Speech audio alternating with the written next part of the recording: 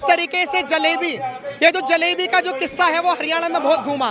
कहा गया कि जलेबी की फैक्ट्रियां लगाई जाएंगी, रोजगार मिलेगा। मोदी जी ने रोजगार खत्म कर दिया।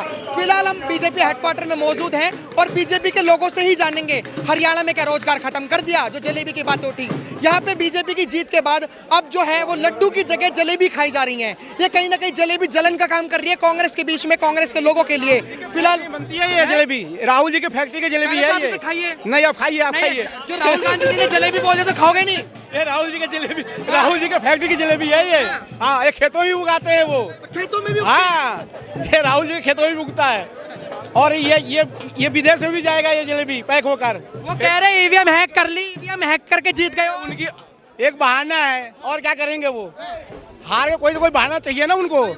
बहाना ढूंढ रहे हैं और कुछ नहीं कर रहे हैं। बहाना चाहिए उनको, बहाना ढूंढ रहे हैं वो। बहाना है, बस बहाना है और कुछ नहीं है। लेकिन जातिगत राजनीति चली है नहीं चली? जातिगत नहीं चल सकती, जातिगत राजनीति नहीं चल सकती सर, नहीं चल सकती। उन्होंने कहा कि अगर हमारी गवर्नमेंट आती तो हम जाट कम्युनिटी के लिए बहुत कुछ करते हैं। नहीं, ये बीजेपी नहीं करती, बीजेपी सबके लिए करती है। बीजेपी कभी जात की राजनीति नहीं करती, संप्रदाय की राजनीति नहीं करती। बीजेपी सबके साथ, सबको विकास के साथ काम करती है। आपको क्या लग रहा है सर, ईवीएम हैक हो गई क्या? ईवीएम नहीं, अरे जनता ने हैक कर दिया सब कुछ, सिस्टम बना दिया, सिस्टम बदल दिया। मनोज नायब जी ने जो काम किए थे उन पे मोहर लगा दी है अब इस बार। और जो 9 साल तक 10 साल तक जो भारतीय जनता पार्टी ने काम किया हरियाणा के अंदर, उन पे मोहर लगाने का काम किया जनता ने इस बार। लेकिन कह रहे हैं कि ईवीएम हैक कर लिया, कुछ काम थोड़ी ना करा। ये हर बार का कांग्रेस का रोना धोना है। जब भी परिणाम उनके अनुकूल नहीं आते तो वो ईवीएम हैक की तरफ बढ़ जाते हैं और रोना धोना करते हैं। ये पहली बार नहीं हो रहा, हर बार हुआ है पीछे। और जनता को मालूम है, उन्होंने एक तरफा वोट भारतीय जनता पार्टी को उनके अच्छे काम के लिए, पारदर्शिता के लिए, खर्ची पर्ची हरियाणा के अंदर बंद हो गई है, उस चीज़ के लिए वोट किया है एक तरफा। ईवीएम सही और बीजेपी आ जाए तो ईवीएम है, ये पुराना है उसका, अब ये चलने वाला नहीं है। उनकी जो जलेबी की फैक्ट्री लगा रहे थे ना राहुल गांधी, उसमें चाशनी नहीं बन पाई। क्यों? जनता को पता था कि ये क्या चीज है। अब आपको खुशी हो रही है? बिल्कुल। मीठा खाया आपने? हाँ, बिना खाया मीठे में? लड्डू बांट के आए हैं। जलेबी नहीं खाई? नहीं, जलेबी क्या करेंगे। जलेबी तो राहुल गांधी फैक्ट्री लगाए, नींव रखवाए और अपनी चाशनी बनवाए। वो चाशनी बनाने में ही लगे रहेंगे और बन नहीं पाएगी पूरे देश में उनकी कहीं भी चाशनी। कुछ कांग्रेस वाले कह रहे हैं हमने जलेबी को ऑर्डर दे दिया इतना सारा और अब वो वेस्ट जाएगी जलेबी। तो खाते रहे बैठ के। सुबह तो बांटना शुरू किया था ना उन्होंने, तो खाते रहे बैठ के। हम तो लड्डू की सरकार चलाते, जलेबी की फैक्ट्री हम नहीं लगाते। कांग्रेस कह रही है मोदी गवर्नमेंट ने तो कुछ काम ही नहीं करा, जीत कैसे गई? आप एक बात बताइए, अगर काम नहीं कर रहे होते तो वोट मिल जाते? अगर काम कर रहे हैं तभी तो हमें वोट मिले। उन्होंने और ऑल ओवर देखा है कि कितना काम कर रहे हैं, क्या कि युवाओं को, सबसे बड़ी बात युवाओं को अपना मतलब इंडिपेंडेंट बनाना चाह रहे हैं। वो मतलब स्टार्टअप्स दे रहे हैं कि वो कह रहे हैं तुम दूसरों पे मोहताज मत बनो, खुद कमाओ खुद खाओ और दूसरों को भी नौकरियां दो। अब जब मोदी जी इतना कर रहे हैं तो तभी तो वोट मिलेंगे, वरना तो खाली होते तो वोट कहाँ मिलते।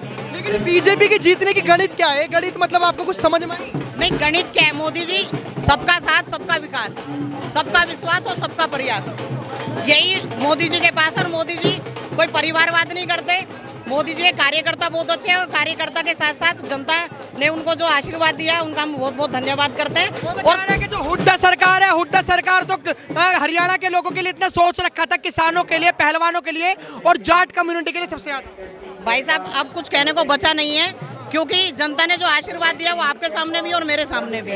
आप वो कुछ भी कहते रहे, क्योंकि उनका कहना ही काम है और उनके पास कुछ बचा ही नहीं है ना। वो आज तक उन्होंने कुछ किया देश के लिए और ना करेंगे।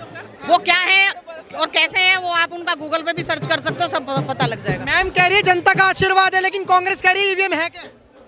वो उनका पुराना मुद्दा है मेरे भैया। मैंने पहले भी बताया आपको कि जब वो बीजेपी कहीं किसी भी राज्य में सरकार अपनी बना लेती है तो वो ईवीएम का ही बहाना लेते हैं, क्योंकि वो रिमोट कंट्रोल से सरकार चलाते हैं। माँ बेटों की वो सरकार है। पहले भी उन्होंने, आपने देखा होगा, प्रधानमंत्री जो अर्थशास्त्री थे वो एक जबान नहीं खोलते थे उनके बिना। वो रिमोट कंट्रोल से सरकार को चलाना चाहते हैं, परिवारवाद कर रखा है और आगे भी करते रहेंगे।